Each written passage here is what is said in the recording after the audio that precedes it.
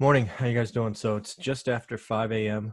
Got up early, make sure I recorded this video as I'm heading down to Fresno again today. We're going to look at a couple of properties. I'm bringing in an investor with me.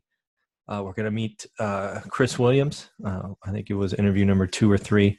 We're going to talk about his, 5 different lead sources and whatnot. See if we can get that on video. And then look for some more properties to buy. We haven't found one in a little while. So we're going to go do that. But before I do, I thought I would go through, you can't really read this, but I got a list of questions from a subscriber. And instead of doing one video kind of per question, I thought I would just knock them all out here, given that today will be about looking for properties and I won't likely be doing many videos to post. So I thought I would just go through them. So this question comes from a subscriber who lives in the Bay Area. And basically they're wondering, hey, I have a busy daytime job.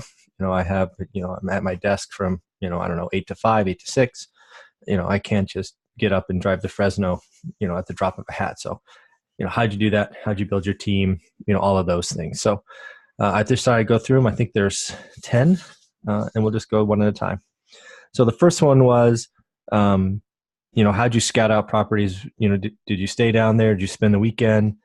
How did you start looking for stuff? So the short answer is even to today, while I'm perfectly happy getting up early and getting back late, I've never spent the night in Fresno. There's nothing wrong with it. It's just we never have. So we always went with a list. We executed the list and we came back. In the beginning, we had started focusing on a certain area. Basically think about it as a zip code, and we were looking for a type, right? We wanted 3 bedrooms, at least 3 bedrooms. We would take a 4th, 2 baths and a 2-car garage, right? Always called the kind of bread and butter house. That's what we were looking for our first and, probably first 5 or 6 properties. That's all we looked at. Didn't look at multifamilies, didn't look at condos, didn't look at land. We didn't know any better, right? We were just starting. So we thought we would start with what would be the easiest to rent and if we had to sell. So that was 3 bedroom, 2 bath, 2-car garage, at least, I don't know, 1,300 square feet, 1,250, I think. So that's how we started. Then question number 2 is, what were you looking for in the ideal property? So it was just that in the beginning, right? If I go back and I try to unwind that, it was simply a 3 bedroom, 2 bath house, 1,250, 1,300 square feet, 2-car garage, in a specific zip code, right? And we didn't look at anything else, right? We didn't go to neighboring areas. We just focused there. And why did we pick that one little zip code? Well, that was what the real estate agent said was kind of the middle class neighborhood, right? We didn't want to be, we didn't want to be, you just wanted to be in middle class. That's what we asked for. And we just trusted the agents, because when we went to those areas, it felt like middle class, and it was, the kind of stuff you would expect to see. So that's what we did. As far as property condition and rents, as I recall, all the ones we bought in the beginning were from owner occupants. So they weren't rented, right? We were buying from the owners. So we were not inheriting tenants. They were all in pretty good condition. I don't recall any of them, at least out of the gate, taking more than $2,000 to $3,000 to clean up, maybe do some paint. But we were buying from an owner who probably was thinking they were going to sell to an owner. But when we came in and we did that. Question number 3 is, which buy and hold properties did you stay away from in Fresno and why? Excluding the obvious of alligators and properties that required too much work. I would say in the beginning it was, it really was anything outside our area, right? So, for example, there's a part of Fresno that is called the Tower. It's older homes, but very sort of cute and very desirable, very walkable. We knew nothing about that area when we started, right? We were in this one area, and that's all we did, right? We probably stayed too focused too long. But again, we were 2.5 hours away. We didn't know any better. First couple of houses were working, except for that, that one event in our first property we talk about all the time. But, that was our thing, right? We set criteria and we sort of stay focused, and we stayed in that area for probably the first 4 years. It probably got us to our first 5 or 6 properties before we really started going elsewhere and started getting comfortable with the rest of Fresno. Right, it took us time, right? It's not that we just didn't spend enough time in those other areas. Fresno's huge, right? It's got 500,000 people in it.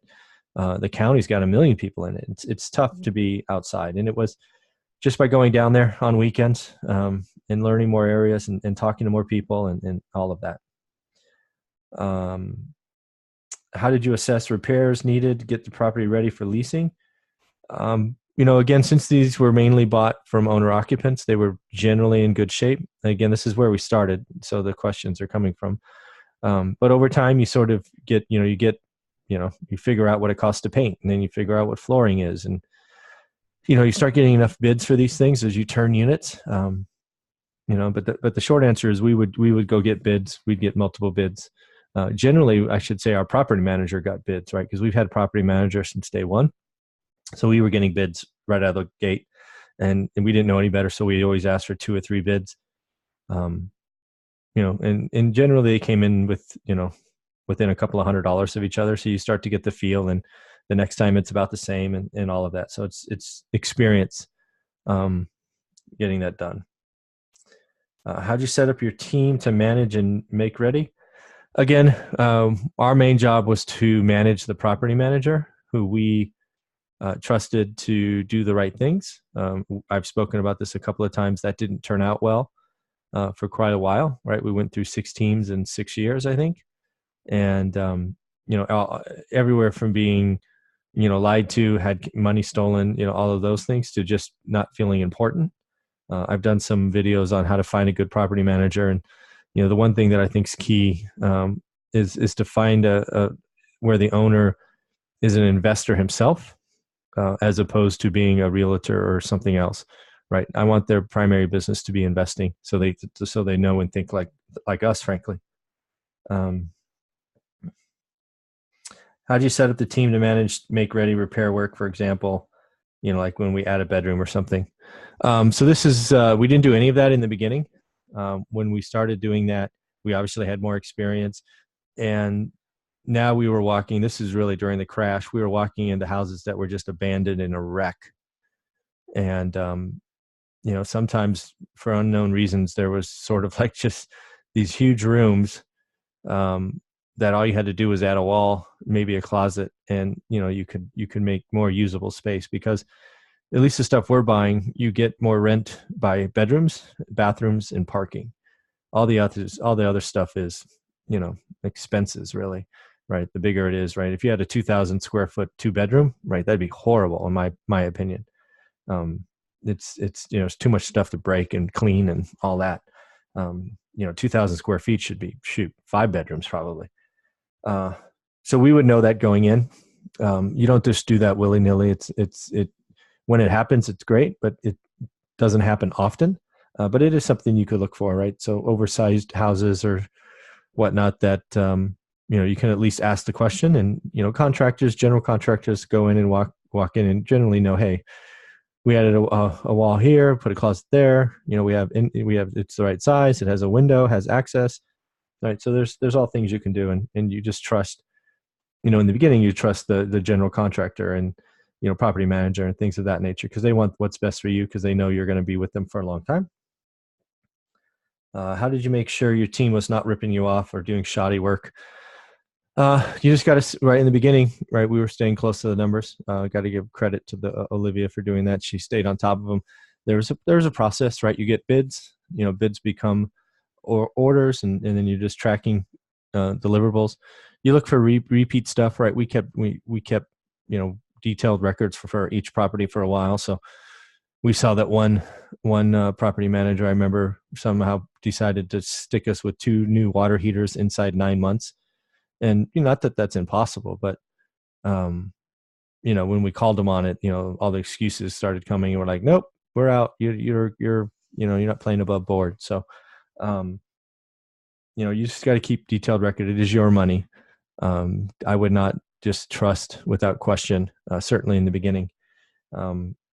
And then as far as shoddy work, we did lots of surprise visits. What I have found is the best thing to do on a project is to check it out while it's in progress, not when it's all done. I think when you go when it's all done, nice new paint can hide a lot of things. So, we would stop by, or I found it useful to stop by during the middle of a project, maybe a couple of times if it's a big job, because that's when you get to see what's really going on and going, why are you doing that? That doesn't look right. Right. So that's something that we did. And again, we were looking to build all the time. So we were going down there pretty regularly. So if we would stop by a project, we could go see some other stuff as well. What did you learn from the process of building your team and trusting them? Communication is important. Setting expectations is important. I would set up regularly scheduled calls and treat it like, treat it like a client, right? And be asking detailed questions and ask for pictures. And, there's FaceTime now. Shoot, when we started, there wasn't even FaceTime, right? So if you want to, if you can't get down there, have somebody walk through the job with you, right? You're paying them hundreds, if not thousands of dollars for stuff. Have them FaceTime a video with you, right? Go in a conference room for 5 minutes and say, okay, walk around the project, ask some questions. That's what I would do. Oh, next question is, what did you determine a repair escrow amount you needed to properly protect yourself from unexpected repairs? In the beginning, we would set aside $10,000 per property. I don't know why 10 was the number. It just was. It felt big enough and was frankly a round number that allowed us to feel comfortable, right? We were always afraid of the boogeyman coming in and, having to replace a roof or, something big like that. Well, the good news is after all these years, generally speaking, roofs don't just go bad overnight. So you can sort of see them coming. You'll see leaks coming and things like that first. So you can budget for those. Most of the surprise repair costs are in the, I don't know, kind of 400 to 2,000 range. But 10,000 was the number we used. As you start to get a bigger portfolio, you don't need 10,000 per house. That gets excessive because it's very unlikely that all your roofs are going to go bad at one time. But I do believe in having reserves. It needs to be a number that you feel comfortable with, most importantly, right? And it needs to be substantial enough so at least you can cover those surprise, eviction, carrying costs, all that stuff. So I couldn't see it being less than $5,000 or $8,000 for sure, at least in my market. Maybe if you're in a different market and rents and all that stuff's different, maybe less. But in my market, 5 to 8 for sure. And again, the number we used was 10. Did you always put offers 10 or 20% below in hopes of getting 1 or 2 accepted? No, actually, in the beginning, we offered list price. And I actually remember offering a little bit over list price. We were in a seller's market back in 03, 04, 05, right, where inventory was tight. Everybody was bidding on everything. There was these silly financing things going on in the market. It seemed like it would never fall, which of course it did, but it's what it seemed like. So I don't think we sort of got to the, hey, we're going to be picky and offer 10 or 20% less until after a decade. We offered list price probably for the first 5 to 6 years at least, unless it was just grossly overpriced, but I don't recall any of those. So yeah, I would say we offered list price. We didn't start the let's make lots of offers in hopes of getting 1 or 2 until after about a decade.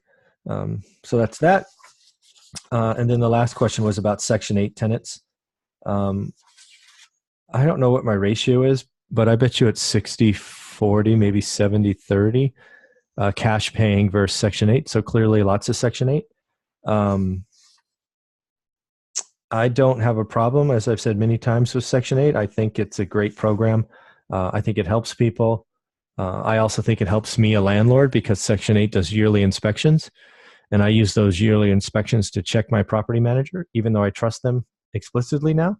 But having somebody, independent third party, come through and look for issues that I can fix cheaply before they become big issues is a great assist and help. So I really enjoy the Section 8 program. I don't really see a downside to the program. It's all upside. Yeah, so I'm a fan of that. So in the end, I wanted to make sure I recorded this before I head out to Fresno, get you a decent video this morning to chew on. And with that, have a great day.